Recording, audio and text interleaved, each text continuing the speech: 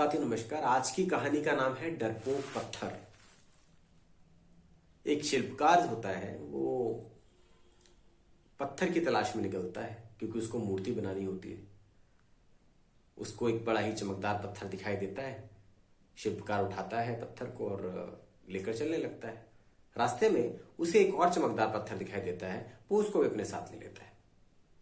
शिल्पकार अपनी जगह पहुंचा, हथौड़ा छेनी लेकर आया और पत्थर पर चोट करना शुरू कर दिया ताकि मूर्ति बनाई जा सके।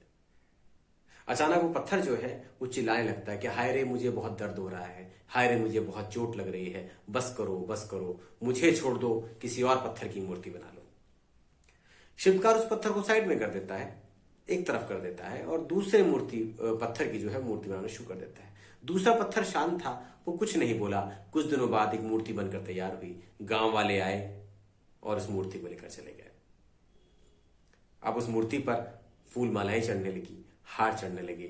नारियल फोड़ने के लिए लोगों ने देखा कि वहां पर कोई पत्थर नहीं है। फर्श तोड़ना तो बेकार है, क्यों ना एक और पत्थर लाया जाए। वो शिल्पकार के पास आते हैं, कहते हैं कि एक पत्थर की मूर्ति तो आपने हमें दे दी, मगर हमें एक पत्थर की आवश्यकता और है ताकि हम प्रभु के लिए नारियल फोड़ सकें।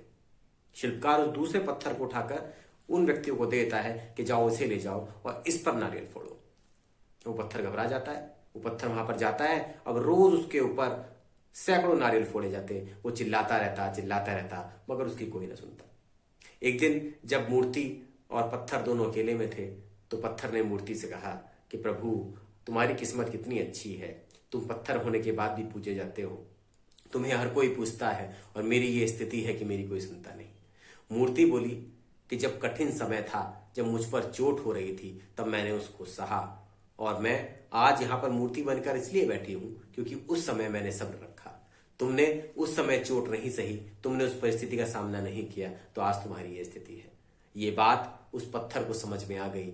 अब जब कोई भी व्यक्ति उस पर नारियल फोड़ने आता तो नारियल फोड़ता और वो शांत रहता। कुछ दिनों तक उस पर नारियल फोड़ते रहे। धीरे धीरे उस पर नारियल फोड़ते रहे, नारियल जम गए, उस पत्थर पर दूध चढ़ाया जाने लगा और कुछ दिनों बाद उस पत्थर की भी पूजा होने लगी।